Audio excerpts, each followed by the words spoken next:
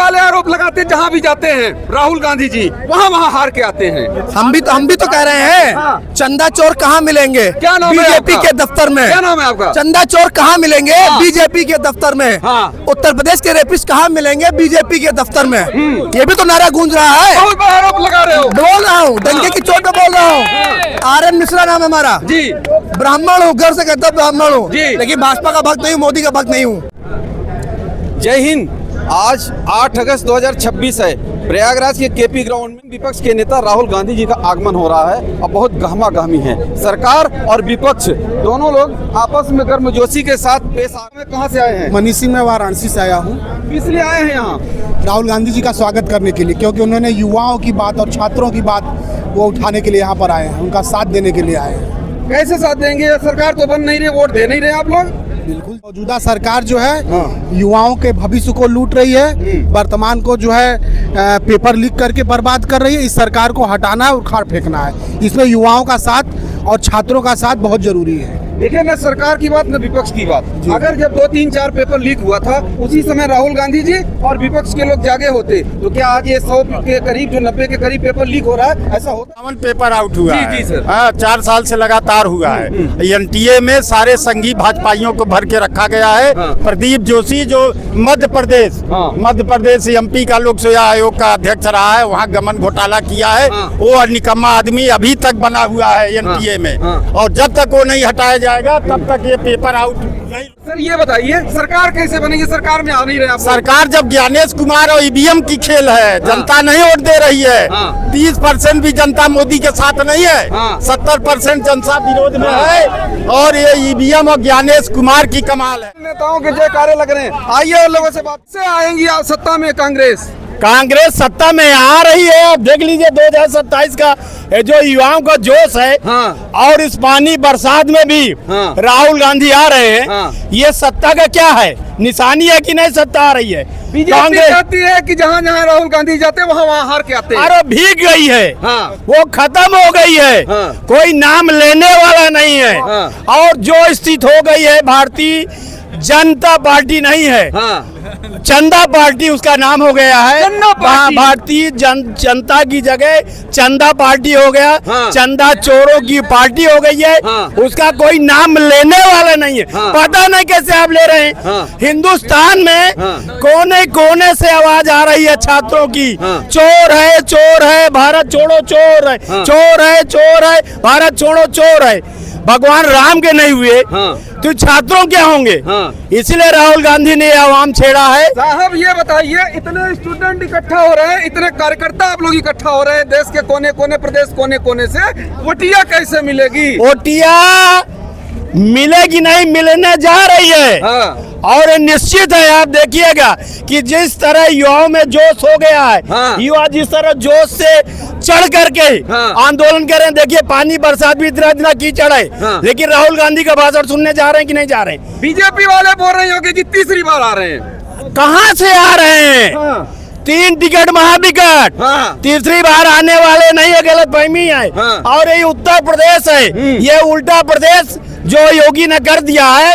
कांग्रेस सीधा प्रदेश करने जा रही है। कहते हैं कि बीजेपी वाले आरोप लगाते हैं कि जहाँ जहाँ कांग्रेस की सरकार है वहाँ वहाँ भ्रष्टाचार का अंबार है। हम कह रहे हैं हमारी सरकार जहाँ जहाँ है, एक भी भ्रष्टाचार बता दे।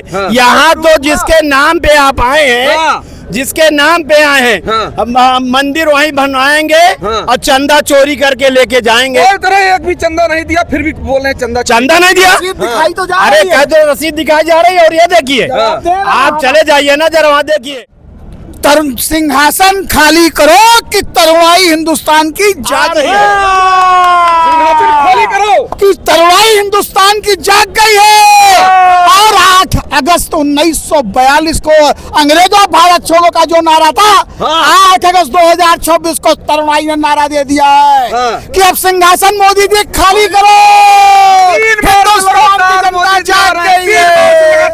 मोदी जी आ रहे हैं। कुछ फर्क नहीं पड़ने वाला है अब कुछ फर्क नहीं पड़ने वाला है। ये उस शहर के सूरज का कैसे फिर फूलों से अभिनंदन हो, जहाँ फूल से गला करें और सूलों में गठबंधन हो। उस शहर के सूरज का कैसे फिर फूलों से अभिनंदन हो, जहाँ रावण का भी नामकरण रघुनंदन हो। उस शहर के सूरज का कैसे फिर फूलों से अभिनंदन हो। तरुणाई जाग गई है और अब राहुल गांधी के नेतृत्व में इस हिंदुस्तान को एक नया बादशाह, जिसको कहेंगे हिंदुस्तान का राहुल गांधी जिंदाबाद, युवा जिंदाबाद, युवा जिंदाबाद। राहुल गांधी जो भी बात करते हैं बीजेपी वाले कहते हैं राष्ट्र विरोधी बात हो रही है। उनका ऐसा है एक भी बताइए राष्ट्र विरोधी। आपको बताते हैं राहुल कॉमनवेल्थ गांधी गेम ने में कहा था कि आप 4 शंकराचार्य हैं। 4 शंकराचार्य में किसी शंकराचार्य से भगवान राम के मंदिर का आप उदाहरण करा दीजिए। लेकिन मोदी ने अधूरा राम मंदिर और वो भी गुम्बद बना नहीं था, उस गुम्बद के ऊपर चढ़ कर सारे वर्कर काम कर रहे, कारीगर काम कर रहे हैं। ये उसी का श्राप है। अच्छा, जैसे दूल्हा बिन मौरी के वैसे ही राम मंदिर को उन्होंने ऊपर से गुम्बद नहीं दिया। दूसरी चीज आप ये देखिए कॉमनवेल्थ गेम का नैरेटिव रचा, इस्तीफा दे दिया। राम मंदिर क्या, राम मंदिर बोलिए बीजेपी वाले कि राम मंदिर की लड़ाई बीजेपी ने लड़ा, मोदी जी ने। कौन कहता है राम मंदिर की लड़ाई बीजेपी ने लड़ा? कौन कहता है कि राम मंदिर?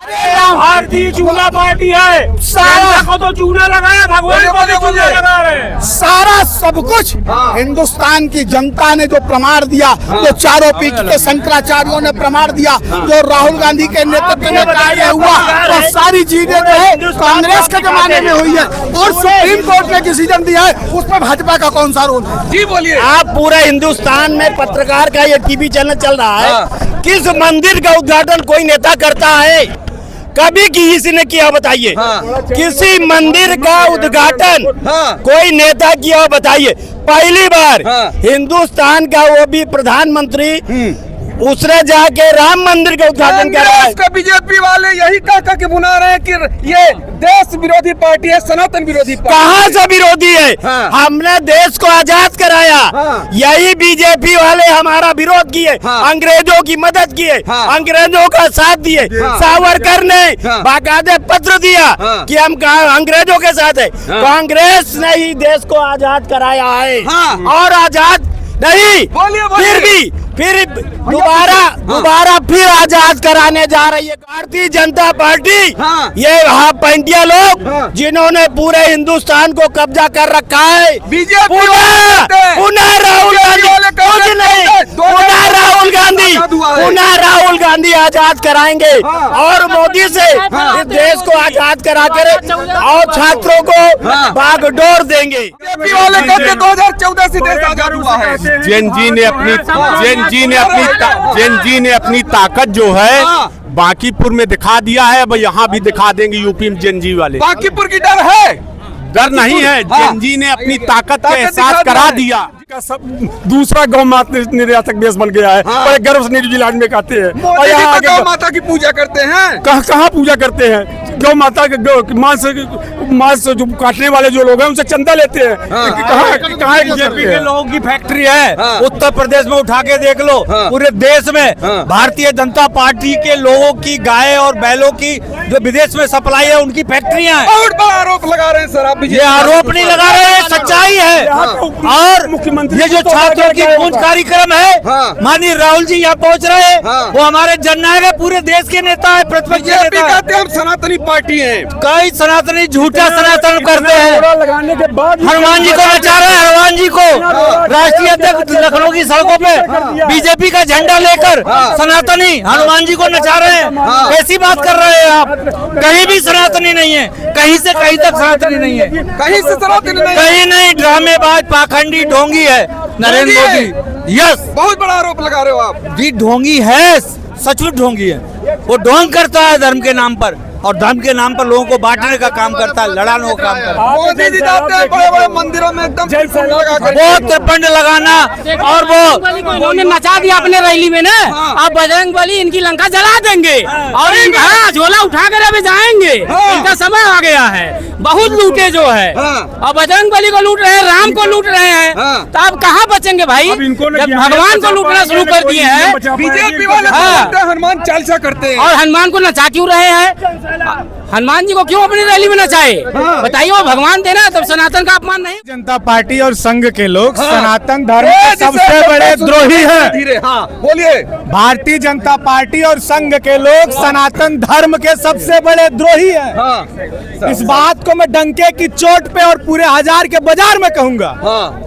बीजेपी वाले तो कहते हैं सनातनी पार्टी है, ये राष्ट्रवादी पार्टी है। सनातन द्रोही है।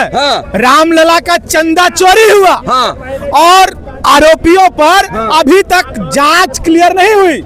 और इस मुद्दे पर संघ और भाजपा का कोई भी बड़ा नेता खुल करके नहीं बोला है। बीजेपी वाले कहते हैं ब्राह्मण हमारे साथ हैं। 7 मुख्यमंत्री उत्तर प्रदेश में कांग्रेस ने ब्राह्मण मुख्यमंत्री बनाए। भारतीय जनता पार्टी बताए कि एक मुख्यमंत्री अगर ब्राह्मण बनाए तो बताए। एक मुख्यमंत्री अगर भारतीय जनता पार्टी ने ब्राह्मण दिया तो बताइए। हमने 7 दिए हैं, डंके की चोट पे कहते हैं। भैया बीजेपी वाले कहते हैं जब कांग्रेस जहाँ जहाँ रहती है हिंदू मुसलमान की राजनीति करती है, जहाँ जहाँ भाजपा जाती है वहाँ राम के नाम पे लूट करती है। अयोध्या राम के नाम पे लूट करने चले गए। प्रभु श्री राम को मोदी जी ने उंगली पकड़ के छोटा दिखाया। वही प्रभु श्री राम की नगरी में आप लूट करते हो। आप डकैत हो, आप सरेंडर पार्टी हो। आरएसएस का मतलब मालूम है आपको? राष्ट्रीय सरेंडर संघ। हर जगह सरेंडर हो चुके हैं, हर जगह सरेंडर है।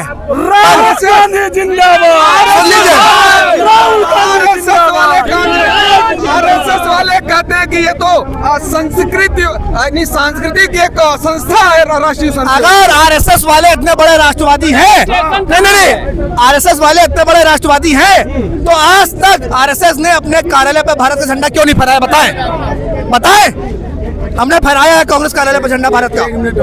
बोलिए चाचा, बोलिए। बोल ये रहा हूँ। ये बताइए, भारतीय जाति कहती है मैं सनातनी हूँ, समझिए, सनातनी कह रहा है। बताइए, भारत के जो मुकदमा दायर किसने किया था? आप पत्रकार हो, इसको बताइए ना कि भारत का किसने ये जो लड़ा है। एक भी शंकराचार्य क्या सनातनी के नाम पर नहीं जाना चाहिए? हमारा कहाँ से चलता है? शंकराचार्य के यहाँ से चलता है। आप नहीं जानते हैं 7,000 सीट जो है इलाहाबाद विश्वविद्यालय का है और उसमें 3700 कर दिया। ये का युवाओं को अब जो कांग्रेस की सरकार कैसे बनेगी? राहुल गांधी जिंदाबाद। कांग्रेस की सरकार कैसे बनेगी? बोलिए आप। भारतीय जनता पार्टी के नेता हैं, देश के रक्षा मंत्री राजनाथ जी कहते थे सरकार में इस्तीफा नहीं होता। डंके की चोट पे छाती पे चलकर धरने बनाकर इस्तीफा लिया हमने, नौजवानों ने लिया है। यह हुंकार भर चुकी है। आज प्रयागराज की धरती इस बात की गवाह है कि पूरा देश का छात्र, आम छात्र, पीड़ित छात्र, प्रतियोगी छात्र राहुल गांधी के साथ। सभी का बहुत बहुत धन्यवाद। राहुल गांधी जी के आगमन पर यह विशेष कवरेज। आप सभी अगर मेरे चैनल पर नए हैं तो सब्सक्राइब जरूर करिएगा और कमेंट सेक्शन में प्यारा सा राजू दिएगा। जय हिंद।